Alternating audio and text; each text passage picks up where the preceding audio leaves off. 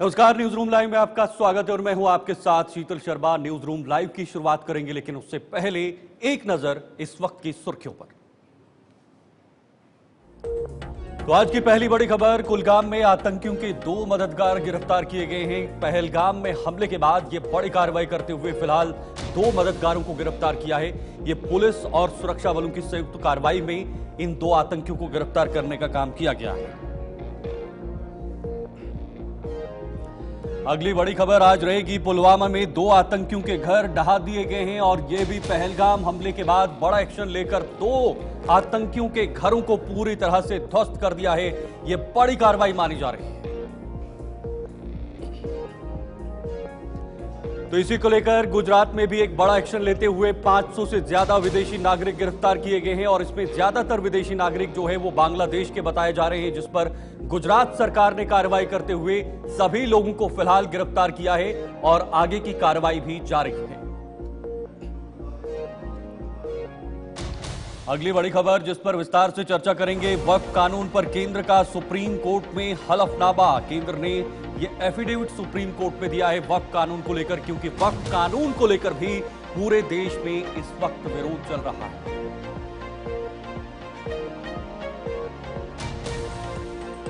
साथ साथ इस खबर की भी बात करेंगे, सहारनपुर में पटाखा फैक्ट्री में भीषण विस्फोट हुआ है और भीषण विस्फोट होने के बाद वहां की तस्वीरें क्या है वो भी आपके सामने।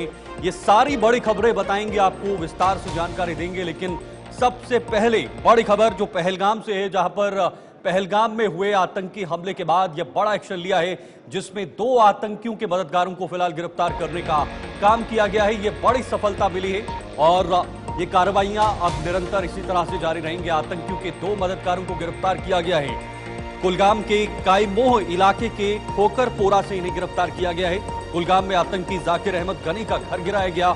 इसके साथ पहलगाम आतंकी हमले में शामिल था आतंकी जाकिर, और जम्मू कश्मीर में 2023 से यह आतंकी एक्टिव माना जा रहा था। पिछले 2 साल से यह आतंकी जम्मू कश्मीर के विभिन्न जगहों पर एक्टिव था, लेकिन फिलहाल इसके घर पर कार्रवाई करते हुए ये ढहा दिया है, ध्वस्त किया है और सीधा संदेश दिया है जम्मू कश्मीर के अंदर कि आने वाले समय में अगर कोई भी शख्स आतंक का रास्ता अपनाता है तो उसके साथ यही सुलूक किया जाएगा। पहलगाम में 28 लोगों की निहत्थे तरीके से और जो उनकी हत्या हुई थी उसके बाद पूरे देश के अंदर आक्रोश है।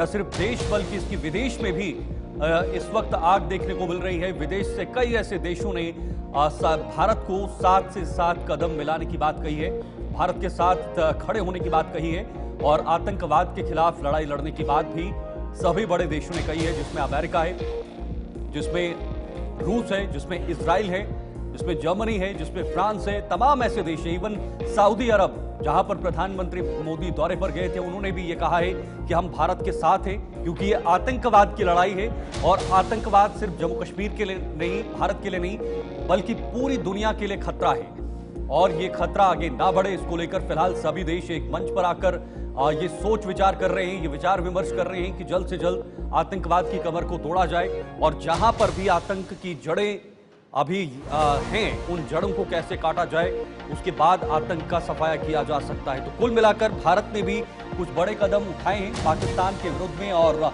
जिसमें सबसे पहला बड़ा कदम था जो सिंधु समझौता था, जो इंडस वाटर ट्रीटी 1960 का समझौता भारत और पाकिस्तान के बीच में हुआ था, उस पर फिलहाल रोक लगा दी गई है, वो सस्पेंड कर दिया गया है। यानी पहला ये बड़ा कदम, और जिससे पाकिस्तान पूरी तरह से बौखला गया है। उसके बाद दूसरा बड़ा कदम, अटारी बॉर्डर बंद करने का फैसला भी भारत की तरफ से लिया गया था और साथ साथ जो डिप्लोमैट्स पाकिस्तान से भारत में बैठे हुए या भारत के लोग पाकिस्तान में, उनको वापस बुलाने का और पाकिस्तान के जो डिप्लोमैट्स हैं उनको वापस भेजने का भी काम किया जा रहा है। और साथ साथ जो पाकिस्तान के लोग यहां पर वीजा के तहत, सार्क वीजा के तहत भी आए हुए हैं, उन्हें भी फिलहाल ये अल्टीमेटम जारी किया है कि आप जल्द से जल्द भारत छोड़िए और अपने पाकिस्तान में चले जाइए। ये कूटनीतिक रूप से, डिप्लोमैटिक तरीके से भारत ने बड़े कदम उठाए हैं और पाकिस्तान को करारा जवाब दिया है। लेकिन सबसे बड़ी बात यह है कि भारत में रहकर ही भारत से जो दुश्मनी निभा रहे हैं, वो आखिर कब तक इस तरह से दुश्मनी जो है वो निभाते जाएंगे।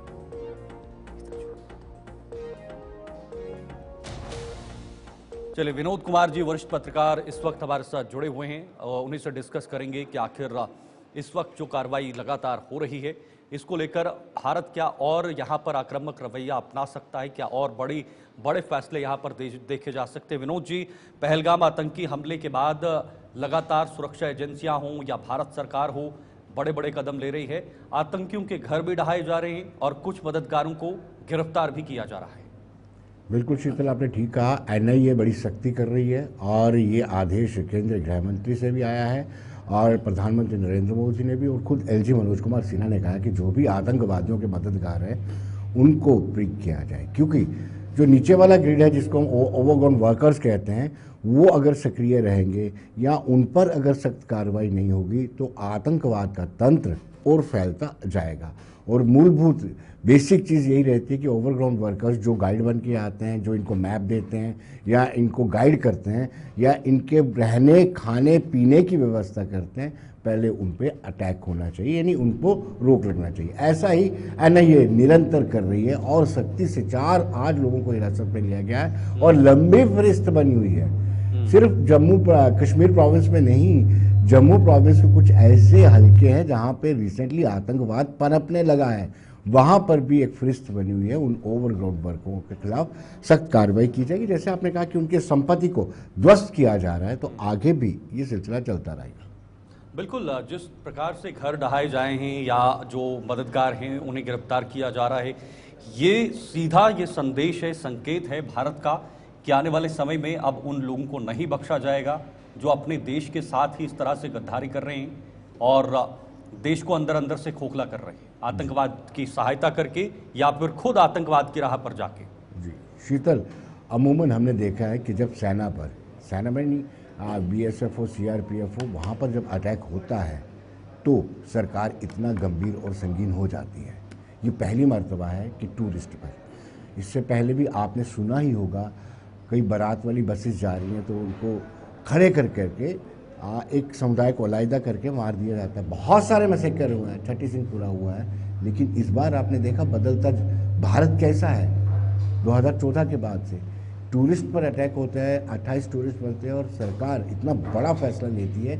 आप सोचिए, 65, 71 कारगिल या फिर पार्लियामेंट पे अटैक, मुंबई पर हमला, उस दौरान भी इंडस वाटर ट्रीटी पर प्रतिबंध नहीं लगाया गया था, लेकिन इस बार इंडस वाटर ट्रीटी पर जो डेफर किया गया है, एक बहुत बड़ा फैसला है। तो आप इससे अंदाज़ा लगा सकते हैं शीतल कि कहीं ना कहीं सरकार बड़ी संजीदा है। जो पहलगाम में दुस्साहस पाकिस्तानी आकाओं के कहने पर आतंकवादियों ने किया है, तो वो एक बड़ा एक फैसला जो लिया है। दूसरी बड़ी बात है, कल गृहमंत्री अमित शाह ने मीटिंग की है और मीटिंग में 2 चीज़ें सुनिश्चित करने का प्रयत्न किया है। ऑलमोस्ट सभी चीफ मिनिस्टर से उनमें ये कहा गया है कि एटलीस्ट एक बूंद भी पानी जो है वो नहीं जाना चाहिए पाकिस्तान में, और उसका व्यवस्था की जा रही है। डाइवर्शन में अभी टाइम लगेगा। 3 बड़े रिवर्स हैं, इंडस है, ये झेलम है, चिनाब है, और साथ साथ ये भी कहा कि जो पाकिस्तानी यहाँ पर सार्क वीज़े के तहत है अपने यूटी या राज्यों में, उनको तुरंत बाहर करने की व्यवस्था की है। यानी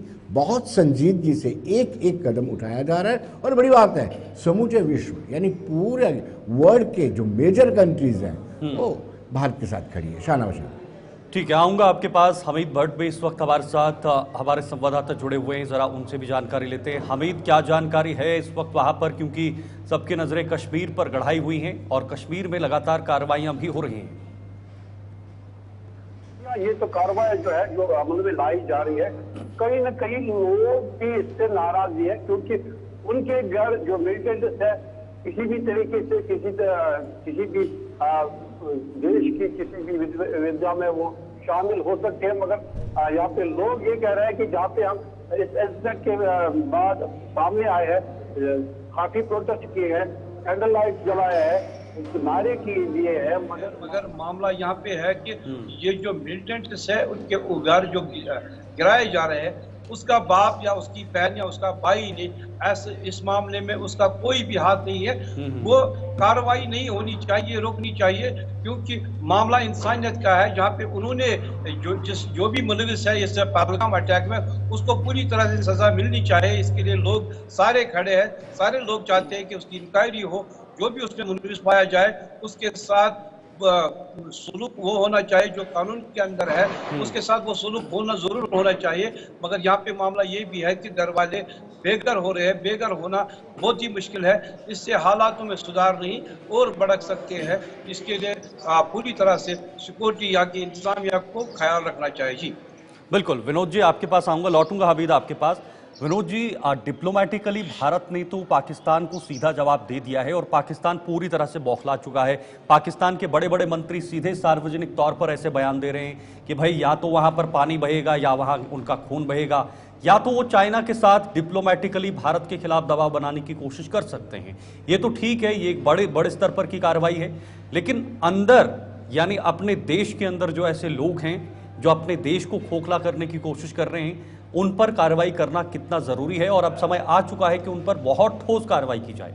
बिल्कुल शीतल, शुरू कर दी गई है। आपने देखा होगा जिस तरीके से ओवरग्राउंड वर्कर्स हो या फिर जो सहयोग करते हैं, जो इनके वेलविशर हैं, उनको धरपकड़ की जा रही है। अभी 4 लोग पकड़े गए हैं। मैंने पहले भी कहा आपको लंबी फहरिस्त बनी हुई है, लेकिन जो पाकिस्तान बौखलाहट में बिल बिला रहा है, इसको शब्द बड़ा है कि बिल बिला रहा है, क्योंकि पाकिस्तान को मिलिट्री कंपैरिजन किया भारत के साथ, तो पाकिस्तान की आर्मी जो है 5 लाख के करीब है, भारत की आर्मी 15 लाख के करीब है। ये कहाँ मुकाबला कर सकते हैं? कहाँ स्टैंड कहाँ करते हैं? आप 2 युद्ध हार चुके हैं। कारगिल में आपने प्रॉक्सी वार किया था, उसमें आप हार चुके हैं। आप कहाँ मुकाबला करेंगे?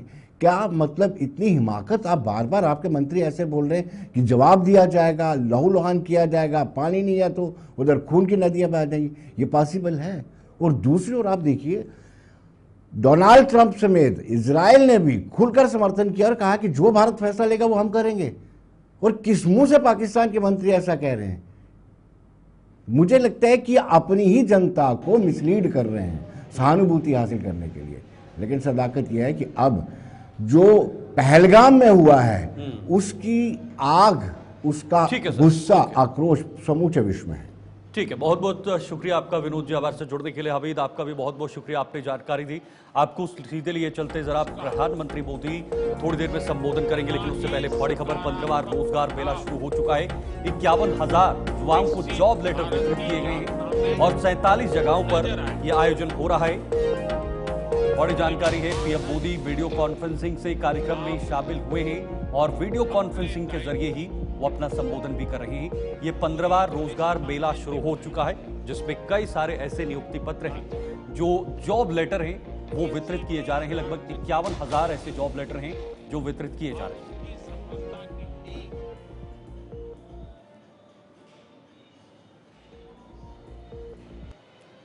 जब युवा राष्ट्र के निर्माण में भागीदार होते हैं तो राष्ट्र तेज विकास भी करता है और विश्व में अपनी पहचान भी बनाता है। भारत का युवा आज अपने परिश्रम और इनोवेशन से दुनिया को ये दिखा रहा है कि हम में कितना सामर्थ्य है। हमारी सरकार हर कदम पर ये सुनिश्चित कर रही है कि देश के युवाओं के लिए रोजगार, स्वरोजगार के अवसर बढ़ें। Skill India, startup India, digital India जैसे अनेक अभियान इस दिशा में युवाओं के लिए नए अवसर बना रहे हैं। इन अभियानों के माध्यम से हम भारत के युवाओं को अपनी प्रतिभा दिखाने के लिए खुला मंच दे रहे हैं। इसी का नतीजा है कि इस दशक में हमारे युवाओं ने टेक्नोलॉजी, डेटा और इनोवेशन के क्षेत्र में भारत को दुनिया में बहुत आगे पहुंचा दिया है। आज यूपीआई, ओएनडीसी और GeM government e market place जैसे डिजिटल प्लेटफॉर्म, इनकी सफलता ये दिखाती है कि हमारे युवा किस तरह डिजिटल अर्थव्यवस्था में बदलाव का नेतृत्व कर रहे हैं। आज भारत में सबसे ज्यादा रियल टाइम डिजिटल ट्रांजैक्शन हो रहे हैं और इसका बड़ा श्रेय हमारे युवाओं को जाता है। साथियों, इस बजट में सरकार ने मैन्युफैक्चरिंग मिशन की घोषणा की है। इसका उद्देश्य है मेक इन इंडिया को बढ़ावा देना और भारत के युवाओं को ग्लोबल स्टैंडर्ड वाले प्रोडक्ट बनाने का मौका देना। इससे न केवल देश की लाखों एमएसएमईज को, हमारे लघु उद्यमियों को बढ़ावा मिलेगा, बल्कि पूरे देश में रोजगार के नए अवसर भी खुलेंगे। आज का ये समय भारत के युवाओं के लिए अभूतपूर्व अवसरों का समय है। हाल ही में आईएमएफ ने कहा है कि भारत दुनिया की सबसे तेजी से बढ़ती अर्थव्यवस्था बना रहेगा। इस विश्वास के, इस ग्रोथ के कई पहलू हैं और सबसे बड़ा पहलू ये है कि आने वाले दिनों में हर सेक्टर में नौकरियों में बढ़ोतरी होगी, रोजगार बढ़ेंगे। हाल के दिनों में ऑटोमोबाइल और फुटवेयर इंडस्ट्री में हमारे प्रोडक्शन और एक्सपोर्ट्स ने नए रिकॉर्ड बनाए हैं। ये सेक्टर ऐसे हैं जो बड़ी संख्या में युवाओं को रोजगार दे रहे हैं। पहली बार खादी और ग्राम उद्योग, इनके प्रोडक्ट्स ने 1,70,000 करोड़ रुपए का टर्नओवर पार किया है। करीब करीब 2.25 लाख करोड़। इससे खासकर ग्रामीण इलाकों में लाखों नए रोजगार पैदा हुए हैं। अभी कुछ ही दिन पहले इनलैंड वाटर ट्रांसपोर्ट में भी देश की एक और उपलब्धि सामने आई है। 2014 से पहले हमारे देश में एक साल में इनलैंड वाटर ट्रांसपोर्ट, उसके द्वारा करीब 18 मिलियन टन कार्गो मूवमेंट ही किया जाता था। Only 18 million ton. जबकि इस साल इनलैंड वाटर ट्रांसपोर्ट द्वारा कार्गो मूवमेंट 18 से बढ़कर के 145 मिलियन टन से भी ज्यादा हो गया है। भारत को ये सफलता इसलिए मिली है क्योंकि भारत ने इस दिशा में लगातार नीतियां बनाई हैं, निर्णय लिए हैं। पहले देश में नेशनल वाटरवेज की संख्या भी सिर्फ 5 थी। अब भारत में नेशनल वाटरवेज की संख्या बढ़कर 5 से बढ़कर 110 के पार हो गई है।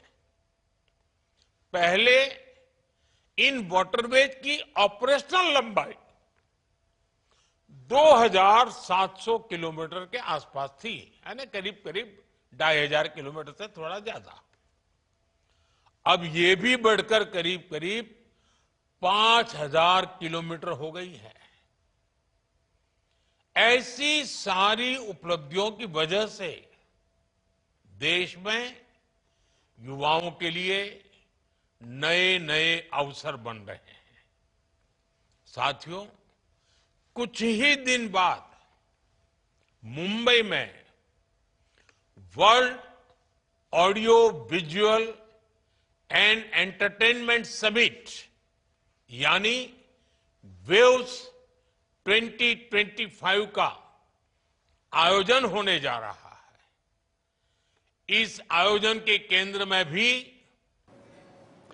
तो 15वां रोजगार मेले का ये शुरुआत हो चुकी है। प्रधानमंत्री मोदी ने फिलहाल डिजिटली ये नियुक्ति पत्र जो है वो युवाओं को सौंपे हैं। अब जरा एक और बड़ी खबर इस वक्त आप तक पहुंचाएंगे। एक और बड़ी खबर आ रही है और ये बड़ी खबर है, पुलवामा में 2 आतंकी के घर ढहा दिए गए हैं और ये भी पहलगाम हमले के बाद ये बड़ा यहां पर एक्शन लिया गया है। 2 घर ढहाए गए हैं। आतंकी हारिस अहमद और साथ एहसान का घर जो है वो गिराया गया है। लश्कर आतंकी हारिस के घर को विस्फोट से उड़ा दिया। ये लश्कर का आतंकी माना जा रहा है और एहसान शेख लश्कर से आतंकी जुड़ा हुआ जिसका घर उड़ा दिया गया है। आतंकी हारिस अहमद और एहसान ये 2 लोग हैं, 2 आतंकी हैं जिनके घर को पूरी तरह से ढहा दिया गया है। लश्कर आतंकी हारिस के घर को विस्फोट से ये उड़ा दिया गया है। तो कुल मिलाकर जिसका जिक्र हम बार बार कर रहे हैं कि पहलगाम में हुए हमले के बाद जिसपे 28 लोगों की जानें चली गई थी, उसके बाद अब सरकार एक्शन में मोड में है और सुरक्षा एजेंसियां, सुरक्षा बल कश्मीर के अंदर इन आतंकियों के लिंक्स जहां पर भी हैं या पहलगाम से जुड़े लिंक्स हों या बाकी आतंकी हों, उन पर कड़ी से कड़ी कार्रवाई की जाए, उनके घरों को गिराया जाए और साफ सख्त संदेश दिया जाए।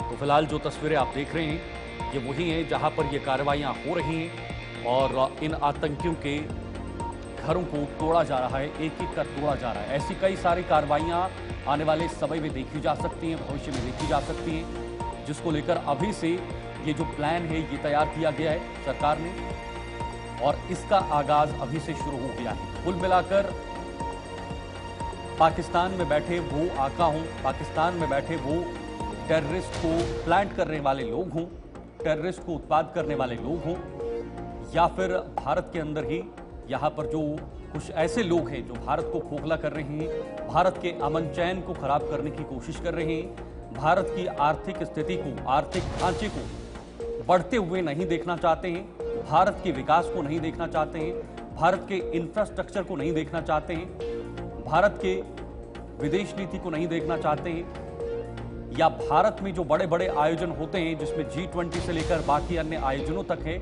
जिसको लेकर भारत ने अपना कद इंटरनेशनली ऊंचा किया है और अंतर्राष्ट्रीय मैप में अब भारत जो है वो देखा जाता है कई मायनों में, वो पाकिस्तान और पाकिस्तान में बैठे उन आकाओं से देखा नहीं जाता, जिस वजह से आतंकियों को प्लांट किया जाता है और जम्मू कश्मीर में आकर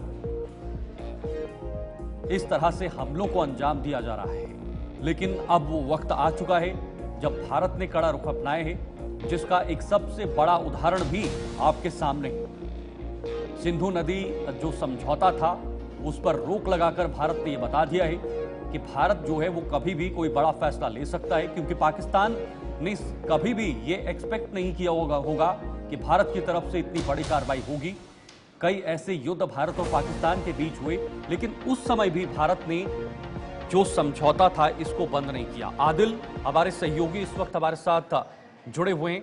आदिल, जरा जानकारी बताइएगा, क्योंकि ताबड़तोड़ कार्रवाइयां इस वक्त वहां पर हो रही हैं, घरों को गिराया जा रहा है, कुछ लोगों को गिरफ्तार भी किया गया है, क्या जानकारी है आपके पास? बिल्कुल शीतल, जैसे हमने देखा जो पहलगाम का जो वाकया पेश है, उसके बाद हमने देखा जो टेरर जो ऑर्गेनाइजेशन है या जो नेटवर्क है उनका या जो OGWs है या एक्टिव मिलिटेंट्स है, उनके खिलाफ इस वक्त जो है बड़ी कार्रवाई अंजाम दी जा रही है ताकि जो कसूरवार है पहलगाम अटैक के उनको सख्त से सख्त सजा दी जाए। तो इस हवाले से हमने देखा जनूबी कश्मीर के अंदर जो कल से जो कार्रवाइयां है, जो एक्टिव मिलिटेंट्स है जो उनके घर है, सर्च वहाँ पे सर्च ऑपरेशन चलाया जा रहा है, या जो बैनर ऑर्गेनाइजेशन है या जमात या बाकी जो तहरीक है यहाँ पे उनके घर पे भी जो है मुख्तलिफ एजेंसी के हवाले से जो है छापामार कार्रवाई अंजाम दी जा रही है। वही हमने देखा कि कल रात 8 बजे के करीब मुरन पुलवामा में जो एक एक्टिव मिलिटेंट है एहसान, जो कि साल 2023-24 में एक्टिव हुआ था, जिनको सिक्योरिटी फोर्स ने बताया है कि इसका जो है हाथ इस पहलगाम अटैक में है, तो उसके हवाले से जो सिक्योरिटी फोर्स ने उनके घर पे छापामार कार्रवाई अंजाम दी थी कल रात को। और 11 बजे के करीब जो है एक आईडी में इसका जो मकान है वो डिस्ट्रॉय किया गया है। हमने ये भी देखा है कि बाकी जो शोपियान के अंदर है या जो कुलगाम के अंदर इस तरह की जो कार्रवाई है वो सामने आई है, और यही कोशिश है कि जो कसूरवार है या जो नेटवर्क है, जो हेल्पर्स है इस अटैक के, उनके खिलाफ जो है सख्त कार्रवाई अंजाम दी जाए। बिल्कुल आदिल, जिस प्रकार से कश्मीरियों को चोट पहुंचाई गई है, उन 28 लोगों को मारा गया है, कश्मीर के जो वहां पर टूरिज्म था या जो पर्यटक ढांचा था उसको डेंट लगाया गया है, उसके बाद ये कार्रवाइयां करना कितना ज्यादा जरूरी है, और आने वाले समय में क्या निरंतर इसी प्रकार से वहां पर कार्रवाइयां होती रहेंगी?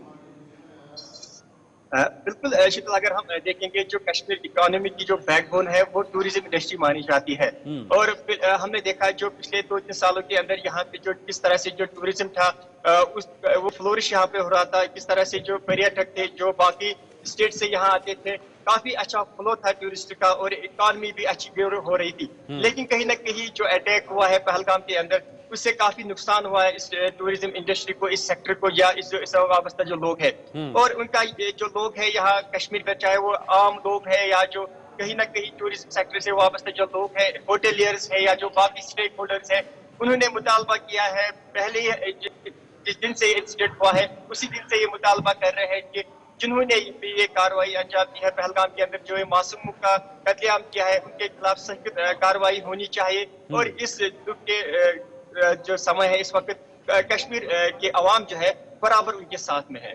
ठीक है, बहुत बहुत शुक्रिया आपका आदिल, ये जानकारी आपने दी। देखिए किस तरह से कार्रवाई हो रही है, और आने वाले दिनों में इस कार्रवाई को और रफ्तार दिया जा सकता है, ताकि जो एक बड़ा हमला पहलगाम में हुआ है उससे संबंधित जितने भी व्यक्ति हैं उन पर जोरदार कार्रवाई की जा सके। एक और बड़ी खबर इस वक्त करना से, जहां पर नियंत्रण रेखा पर तनाव देखा जा रहा है, तनाव की स्थिति बनी हुई है, और जो भूमिगत बंकरों की सफाई शुरू कर दी गई है। ये बड़ी अपडेट है करना से, जहां पर भूमिगत जो बंकर हैं उनका सफाया शुरू हो गया है। सीमावर्ती क्षेत्रों में भय और चिंता का कारण भी बना हुआ है। लोग वहां पर भय में, तनावपूर्ण स्थिति ने भय पैदा कर दिया है, क्योंकि तनाव बढ़ते जा रहा है भारत और पाकिस्तान के बीच में। ऐसे में जो नियंत्रण रेखा पर रहने वाले लोग हैं वो इस वक्त डर के माहौल में, डर के साए में जी रहे हैं।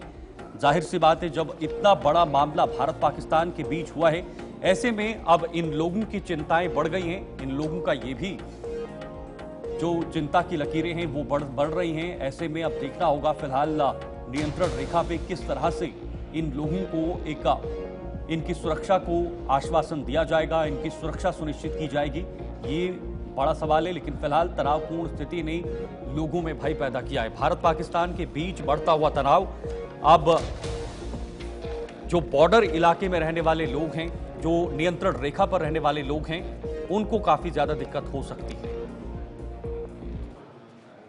जिंदगी पहलगाम में हालिया हमले के बाद लाइन ऑफ कंट्रोल से मुतासर इलाकों में सख्त चौकसी बढ़ती जा रही है। लोगों में एक बार फिर जंग का खौफ सर उठा रहा है। खदशा जाहिर किया जा रहा है कि कहीं दोबारा जंगबंदी के खिलाफ वर्जी न की जाए। मैं इस वक्त वादी करना में मौजूद हूँ, जहाँ सरहद सिर्फ चंद किलोमीटर के फासले पर है, और यहाँ के लोग कई सालों से सुकून की सांस ले रहे थे, क्योंकि जंगबंदी के बाद गोलाबारी बंद हो गई थी। मगर अब एक बार फिर खौफ ने सरहदी बस्तियों को अपनी लपेट में ले लिया है। गांव-गांव में लोग एक बार फिर अपने पुराने बंकरों की सफाई कर रहे हैं। वो कम्युनिटी बंकर हो या फिर इंडिविजुअल बंकर हो, जो सालों से बंद पड़े थे, जिनमें कहीं देखा गया है कहीं घास हो गई थी और कहीं लोगों ने अपना जो है सामान रखा हुआ था। अब दोबारा जिंदगी की अलामत बन गए हैं। लोग अपने बच्चों और खवातीन को इन बंकरों को महफूज इस्तेमाल की तरबियत दे रहे हैं। तो हम आपको दिखा रहे हैं वीडियोस में, आप देख सकते हैं किस तरह से जो यहाँ पे बंकर्स हैं। बंकर्स में मैं अपने कैमरामैन को बताऊंगा कि वो दिखाएंगे कि बंकर्स के अंदर अभी जो सफाई चल रही है यहाँ पे अभी आप देख रहे हैं, क्योंकि जो माहौल है वहाँ पे माहौल ऐसा बना हुआ है कि कभी भी ऐसा लगता है कि जो जंगबंदी है उसकी खिलाफ वर्जी हो सकती है, क्योंकि रात को देखा गया कि कई जगहों में 3-4 जगहों के अंदर यहाँ पे जो है लाइन ऑफ कंट्रोल के एरियाज में खिलाफ वर्जी की गई। तो आपसे जानते हैं क्या लगता है आपको, कितना टाइम हो गया था आपने जो ये मोर्चे थे, जो बैंकर्स थे, ये बंद थे और आज आप इनकी सफाई कर रहे हैं?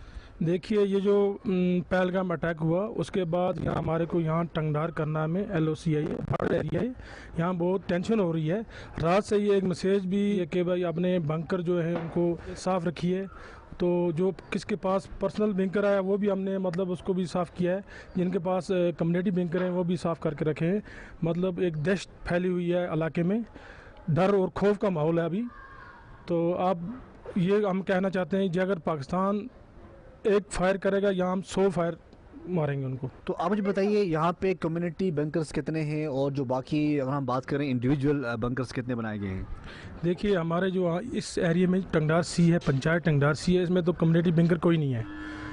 इंडिविजुअल बैंकर हैं, पर्सनल बैंकर हैं, उनकी सफाई होगी है, रात से ही होगी है। तो कम्युनिटी बैंकर्स जैसा कि देखा गया था जब लास्ट बार सीज फायर वायलेशन हुआ था तो हमने देखा था बहुत सारे जो कम्युनिटी बैंकर्स बनाए गए, तो इतनी बड़ी पंचायत होके तो इसको क्यों इग्नोर किया गया?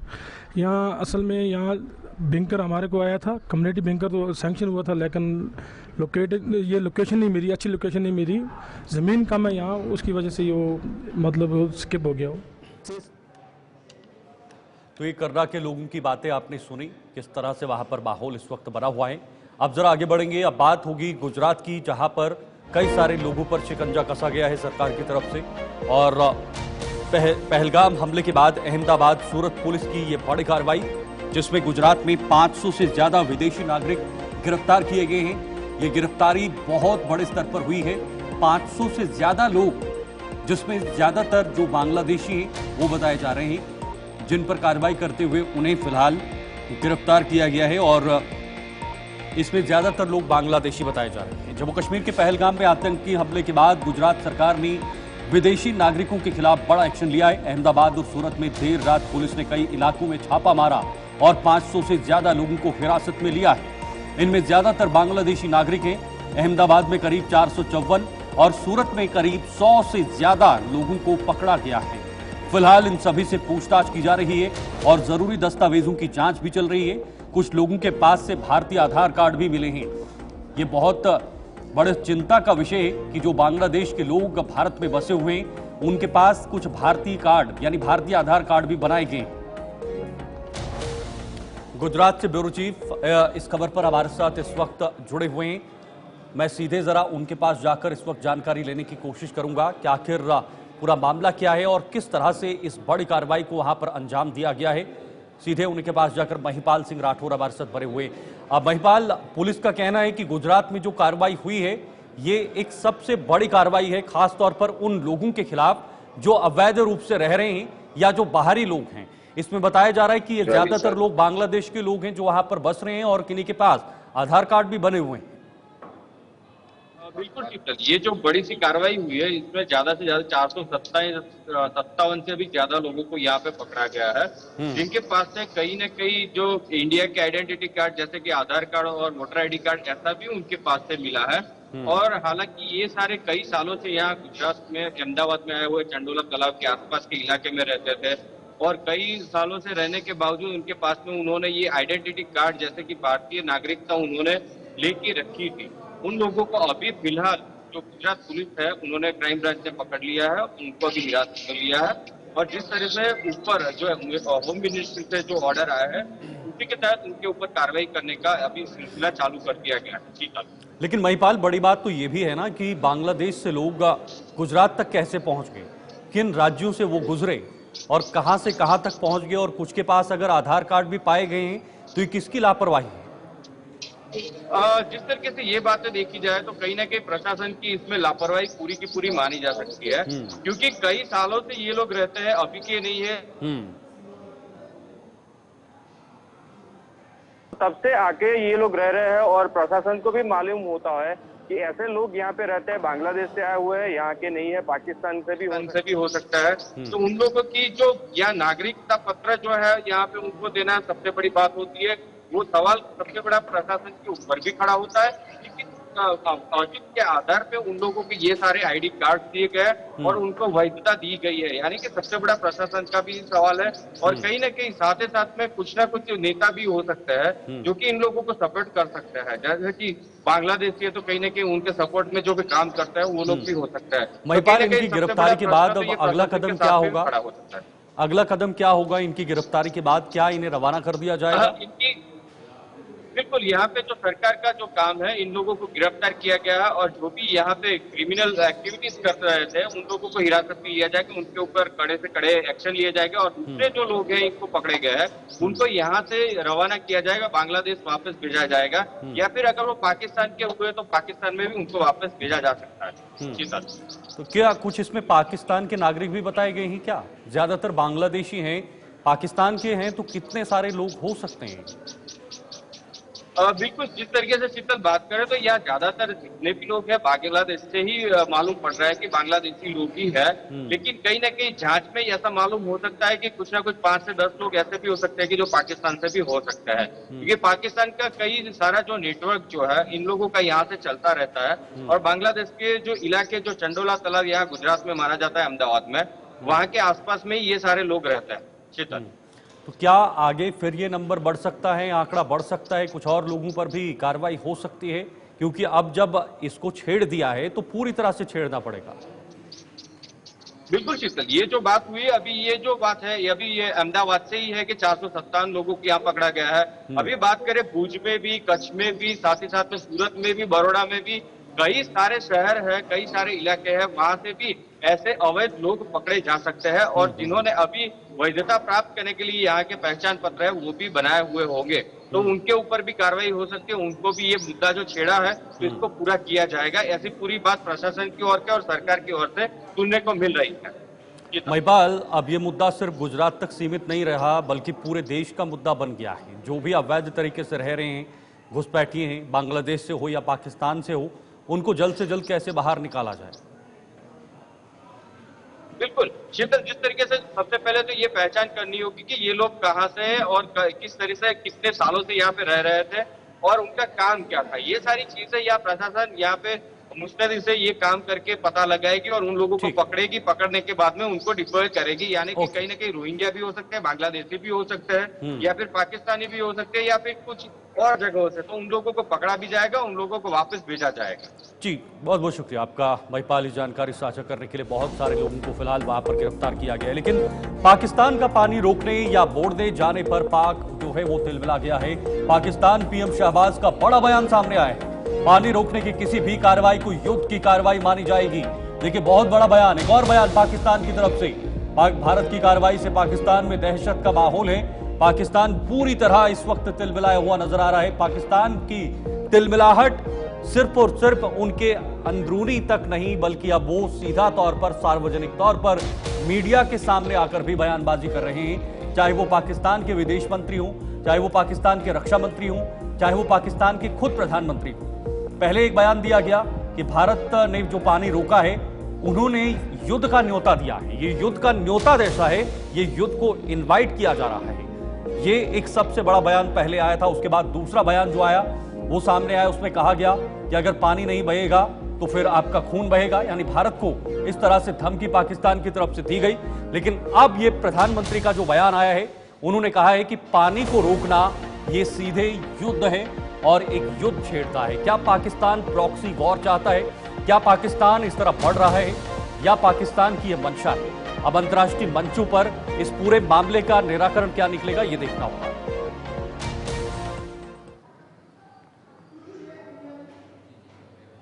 चलिए आगे बढ़ते हैं। अब वक्फ के हवाले से एक और बड़ी खबर इस वक्त आप तक पहुंचाएंगे। वक्फ कानून पर केंद्र का सुप्रीम कोर्ट में हलफनामा। वक्फ कानून पर केंद्र सरकार ने यह एफिडेविट दिया है, धार्मिक अधिकार में कोई हस्तक्षेप नहीं।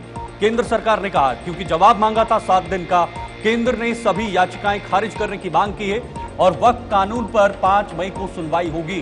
देखिए, 5 मई को सुनवाई तय हुई है, लेकिन उससे पहले सुप्रीम कोर्ट ने केंद्र सरकार को 7 दिन का जवाब 7 दिन के भीतर जवाब देने को कहा था, उसको लेकर फिलहाल केंद्र सरकार ने ये जो एफिडेविट है वो दायर किया है। जो वहां पर जवाब देना था उस एफिडेविट के जरिए दिया गया है और अगली सुनवाई अब 5 मई को होनी है, लेकिन उससे पहले 5 दिन के अंदर उन याचिकाकर्ताओं को भी जवाब देना होगा जिन याचिकाकर्ताओं ने इसमें याचिका दायर की है। और केंद्र सरकार ने यह कहा है कि धार्मिक अधिकारों में हमारा कोई हस्तक्षेप नहीं होगा, लेकिन साथ साथ सुप्रीम कोर्ट से यह भी मांग की है कि जितनी भी याचिकाएं हैं उनको खारिज किया जाए, क्योंकि हम कोई भी हस्तक्षेप अब किसी भी धार्मिक कार्रवाई में नहीं कर सकते, धार्मिक अधिकारों में, या कोई भी हम धार्मिक अधिकार उनका नहीं छीन सकते।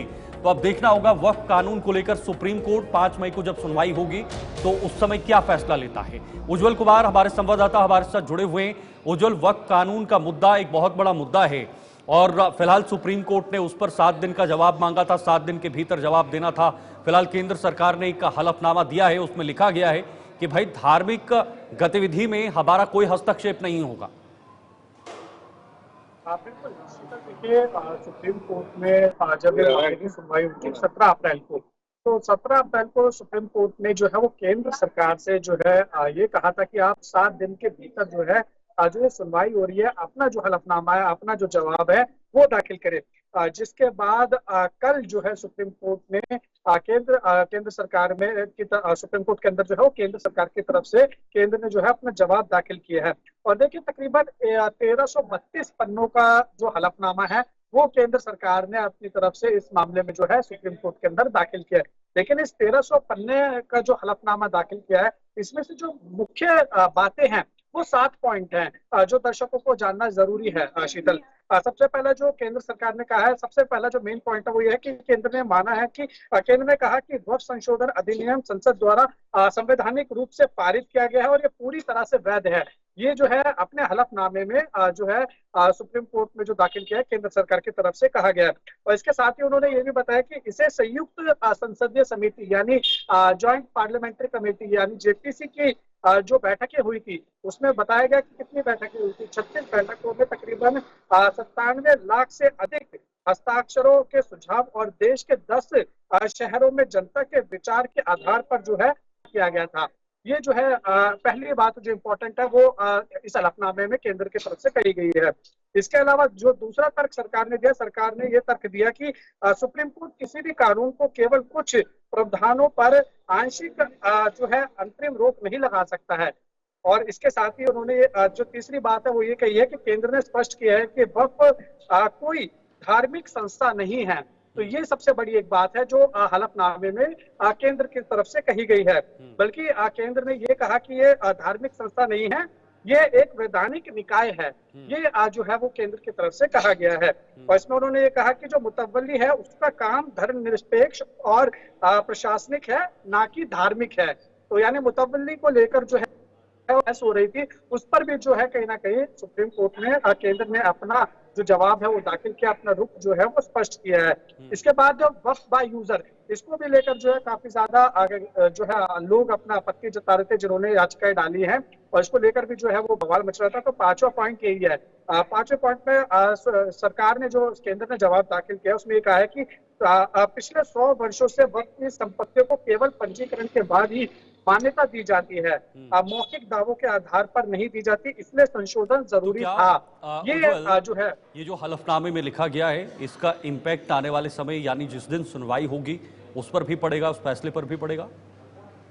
बिल्कुल, देखिए जो अगली सुनवाई है ये वक्फ कानून को लेकर ये जो है वो 5 मई को होनी है। लेकिन उससे पहले अभी देखिए जिन याचिकाकर्ताओं ने ये जो याचिका डाली थी उनको भी अब समय दिया गया है सुप्रीम कोर्ट के द्वारा। केंद्र सरकार को तो 17 अप्रैल के बाद 7 दिन का समय दिया गया, 25 अप्रैल को जो है वो केंद्र ने अपना जवाब दाखिल कर दिया। तो जिन याचिकाकर्ताओं को अब समय दिया गया वो 5 दिन का समय दिया गया है, यानी 30 अप्रैल तक जो है जो याचिकाकर्ता है उनको अपना जवाब दाखिल करना है। और देखिए केंद्र ने एक बात ये भी कही है कि जो ये याचिका दाखिल हो रही है इसको पूरी तरीके से खारिज कर देना चाहिए, क्योंकि ये जो कानून है ये संसद के अंदर से जो है वो बनकर जो है वो आया है और संसद जो है वो कहीं ना कहीं जो है वो देश में कानून बनाती है, तो इसलिए इसको चैलेंज नहीं किया जा सकता। तो एक ये याचिकाकर्ताओं की जो याचिका लगाई गई इसको भी खारिज करने की बात जो है केंद्र की तरफ से अपने हलफनामे में कही गई है।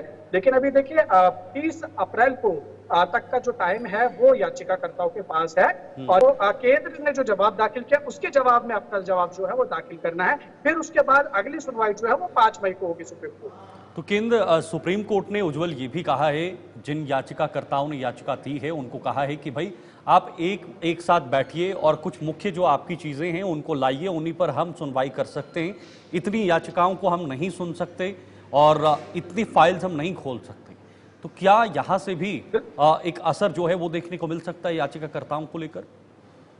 बिल्कुल, देखिए काफी ज्यादा अगर आप देखेंगे शीतल तो बहुत ज्यादा याचिकाएं जो है वो सुप्रीम कोर्ट के अंदर इस कानून के विरोध में लगाई गई थी।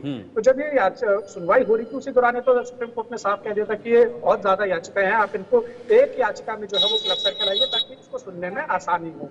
तो ये बात जो है वो बात की है, लेकिन अभी सबसे पहले जो मुख्य बात है, आज की जो बड़ी खबर है वो यही है जो दर्शकों को जानने की जरूरत है शीतल, कि सुप्रीम कोर्ट में केंद्र सरकार ने 1332 पन्नों का अपना हलफनामा दाखिल किया, जिसमें 7 मुख्य पॉइंट है, जिसमें सारी जो बातें हैं जिसका विरोध हो रहा था केंद्र सरकार ने पूरा स्पष्ट रूप से ब्रीफली जो है उसको जो है वो कहीं ना कहीं ब्रीफ किया, उसने अपनी जो बात है वो रखी है। और अब 5 दिन का समय जो है वो याचिकाकर्ता के पास है कि वो केंद्र के जवाब पर वो क्या अपना जवाब दाखिल करते हैं, ये देखने वाली बात रहेगी। और फिर 5 मई को जो सुनवाई होगी उस पर सबकी निगाहें टिकी होगी कि आखिर सुप्रीम कोर्ट क्या कुछ करता है। 5 मई को क्या आगे जो है वो सुनवाई जारी रहेगी या सुप्रीम कोर्ट इन जैसा कि केंद्र ने कहा है कि याचिकाओं को जो है वो खारिज कर दे, क्या वो खारिज करता है, आगे बढ़ता है, या फिर जो याचिकाकर्ताओं की याचिका है उस पर क्या कुछ बातें आगे बढ़ती है, क्या दलीलें होती है, ये 5 मई को पता लगेगी। चलिए, बहुत बहुत शुक्रिया आपका उज्जवल ये जानकारी के लिए। फिलहाल एक और बड़ी खबर आ रही है, दिल्ली मुंबई एक्सप्रेस वे पर भीषण हादसा हुआ है। भीषण हादसे की खबर, दिल्ली मुंबई एक्सप्रेस वे से हादसे में कई सफाई कर्मचारियों की मौत हुई है। बेहद दुखद मामला इस वक्त आ रहा है। कई सफाई कर्मचारी गंभीर रूप से घायल हुए और घायलों को अस्पताल में भर्ती कराया गया।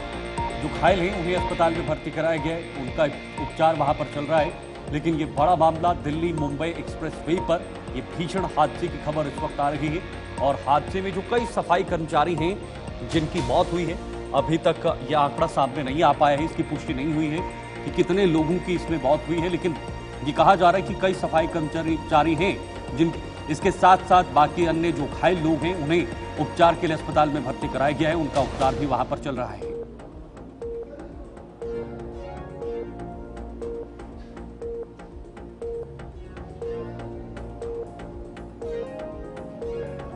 तो फिलहाल ये बड़ी खबर जो हम आपको बता रहे हैं, बेहद दुखद खबर भी ये है। दिल्ली मुंबई एक्सप्रेस वे पर भीषण हादसा हुआ है। भीषण हादसे की ये जानकारी मिल पाई है। हादसे में कई सफाई कर्मचारियों की मौत भी हुई है और कई ऐसे कर्मचारी हैं जो घायल हैं, गंभीर रूप से घायल हैं, जिन्हें तुरंत वहां पर अस्पताल ले जाया गया है, उपचार किया जा रहा है। जैसे ही यह हादसा हुआ तो मौके पर कई लोग और पुलिस पहुंची, जिन्होंने उसके बाद उन सभी घायलों को अस्पताल भेजा गया है। चलिए, न्यूज रूम लाइव में आज के लिए फिलहाल इतना ही। मुझे दीजिए इजाजत, नमस्कार।